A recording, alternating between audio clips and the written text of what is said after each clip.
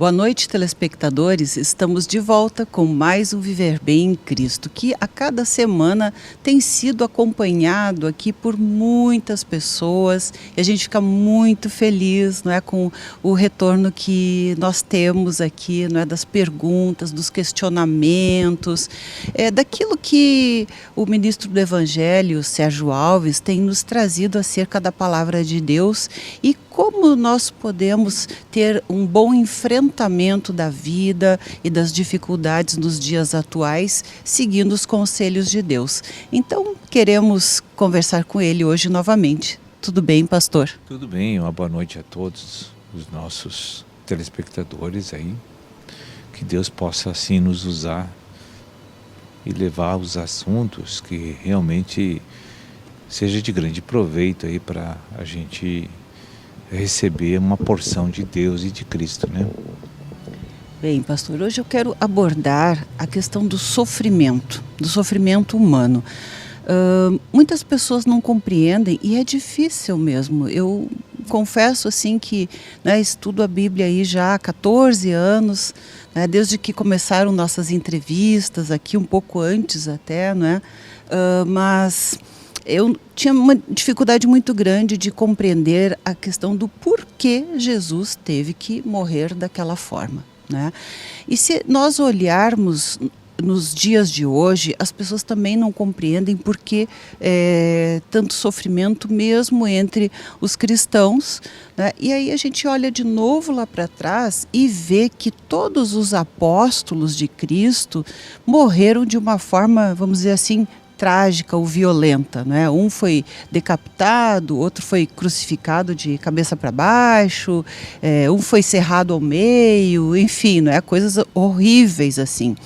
E hoje pessoas tementes a Deus passam por grandes dores e dificuldades também.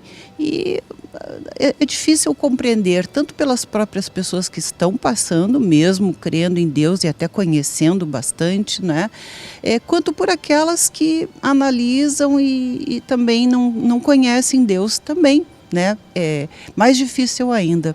Então, eu gostaria de falar de um dos apóstolos, né, do apóstolo Pedro, começar falando, né, de quem foi o apóstolo Pedro, a sua importância dentro da Bíblia, né, das coisas que são trazidas aqui no livro do Novo Testamento, né, que tem o primeiro, né, Pedro e segunda Pedro, né, que é lá no finalzinho já da Bíblia.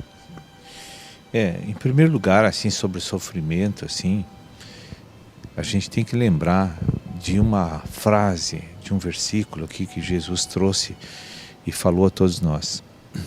Ele disse: "No mundo tereis aflições, mas tende bom ânimo, eu venci o mundo." Não sei. E aí as pessoas, sim, me lembro com certeza, né? Mas eu vejo, principalmente agora, na época da Páscoa, eu vi assim uns posts que eu fiquei muito triste, sabe?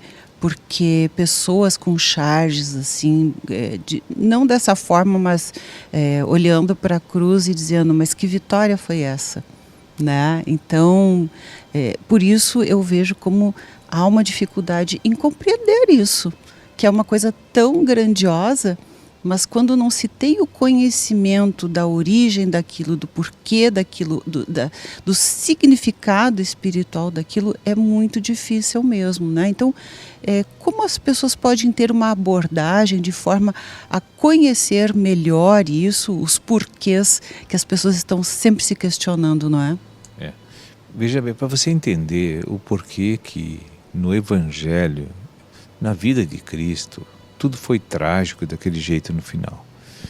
Veja que tudo é uma questão de direito celestial, de direito da esfera sobrenatural, porque Deus tem uma constituição universal, que é a Bíblia, que é a própria lei.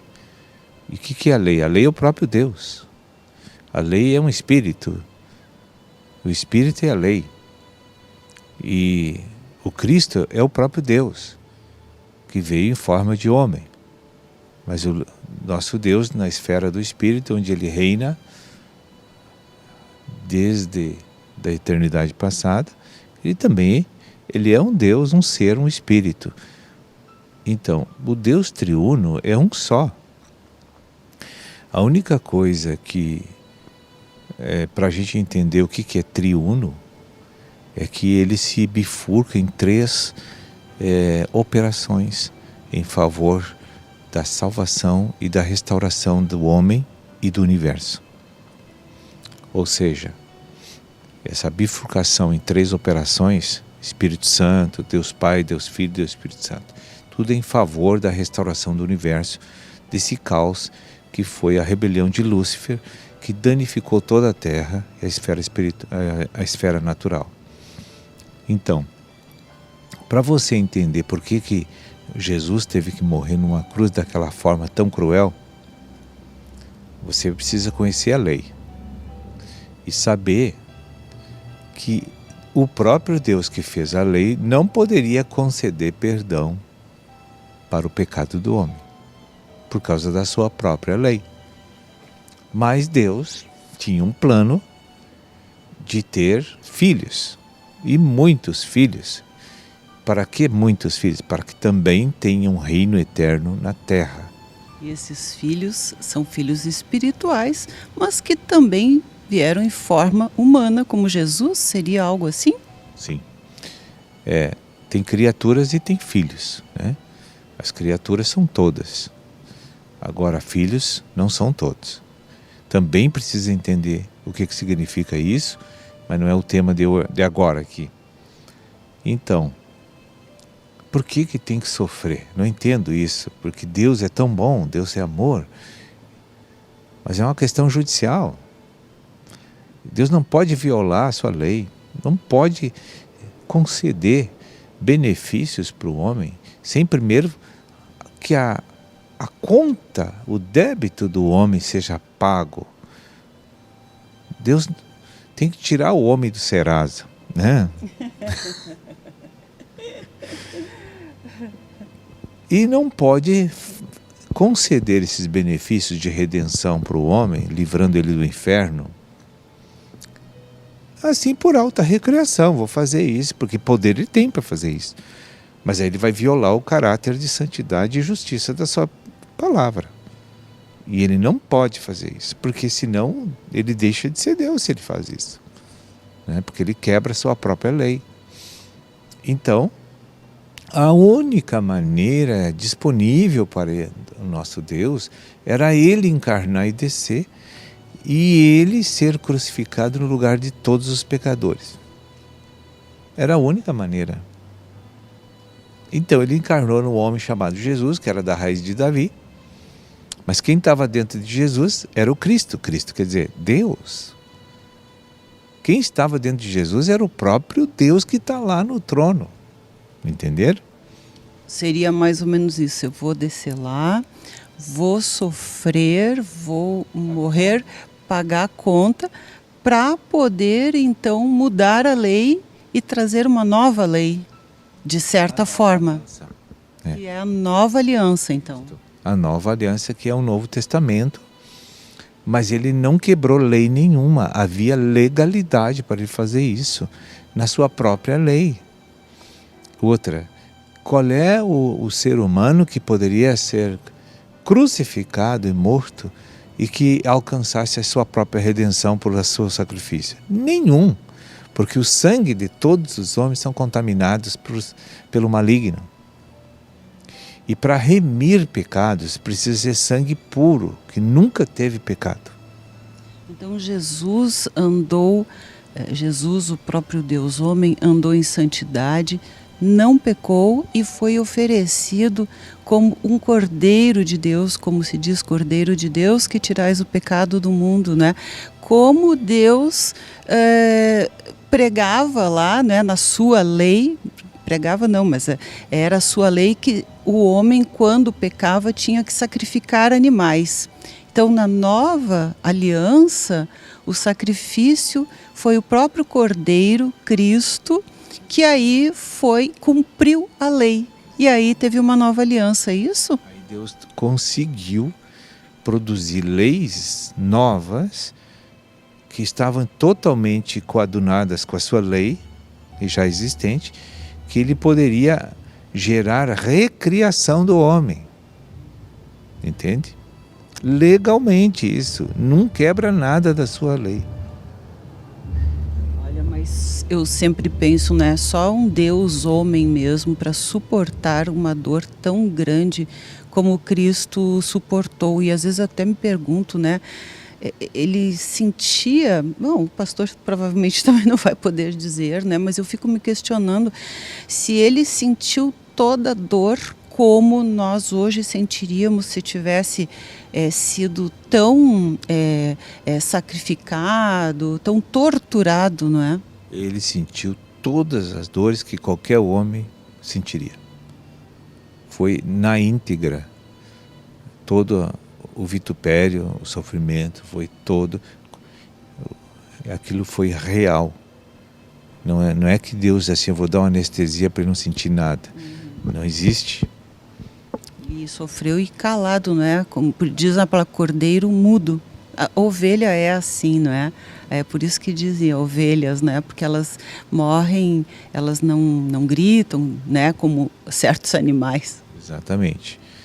Então, para entender o porquê do sofrimento de Jesus, precisa conhecer esses trâmites da lei divina e da legalidade dela. Nós temos que... é um direito, né, universal que precisa ser estudado. Nós temos a Bíblia é um livro de leis, um livro de princípios que saiu da boca de Deus e não pode ser quebrado e violado, né? Mas veja bem como é perfeito esse sacrifício de Jesus. Deus sabia que só pagasse a conta, o homem ia pecar de novo. Certo? Você já pensou nisso? Sim, com certeza, né? O homem vai para o Serasa, vai lá, alguém tira o nome, mas ele vai lá, faz outra dívida e não paga. Exatamente. Então, Deus sabendo que o homem não saberia manter a sua santidade e justiça da redenção, do perdão de Deus, ele ia pecar de novo. O que Deus fez? Além de perdoar, ele precisou entrar para dentro do homem para ficar justificando o homem até o dia que ele leva para o céu. Ou seja, quando a gente confessa Jesus, então Deus homem como nosso Senhor, nosso Deus, portanto, né, Salvador, é como se a gente estivesse convidando o Espírito Santo de Deus para habitar dentro de nós, para nos segurar ali firmes, né, atados a Ele para poder voltar para Ele, transformando. Porque quando Deus entrou para dentro do homem, se tornou espiritual. Por causa da presença de Deus lá dentro. Mas o alvo de Deus não é só morar dentro do homem. O ele ter entrado e estar habitando dentro do homem é para santificar, purificar a sua alma, salvar a sua alma. Então veja bem que quando a pessoa se batiza e recebe o Espírito de Deus, ele já está salvo. Mas tu olha para ele mente, ele adultera, ele passa a perna nos outros, e ele briga, ele xinga, porque ele não é perfeito, porque a sua alma está deformada ainda com o pecado. Mas Deus sabe que aquilo ali desvanece e termina. Quem vai ficar é o mais forte que está dentro dele, que é Deus. Então, durante o período de vida, os seus dias, suas semanas, lendo a palavra, renovando sua mente, trocando princípios dentro da mente, mudando seu comportamento por causa do esclarecimento que ele está recebendo, então ele está se santificando. É um processo que está em andamento, né? Tipo uma gotinha azul, digamos, daquele... azul de metileno, enfim, que larga num balde d'água, né? As avós lavavam roupa assim, e ela vai penetrando devagarinho e transformando, mudando a cor, né? A cor da alma, né? Exatamente isso. Porque quando Deus olha para uma pessoa batizada, já não olha o homem como caído e pecador e condenado. Ele já olha como um homem glorificado. Por quê? Porque Deus sabe que desvanece e termina a natureza pecaminosa que está nele. Está garantido, já está consumado no Calvário o direito dele ser santo para sempre. Só que às vezes a água é muito densa, está muito contaminada, né? E essa gotinha demora a purificar. Bom, gente, vamos fazer um intervalinho rapidinho e já voltamos com você. Verbo.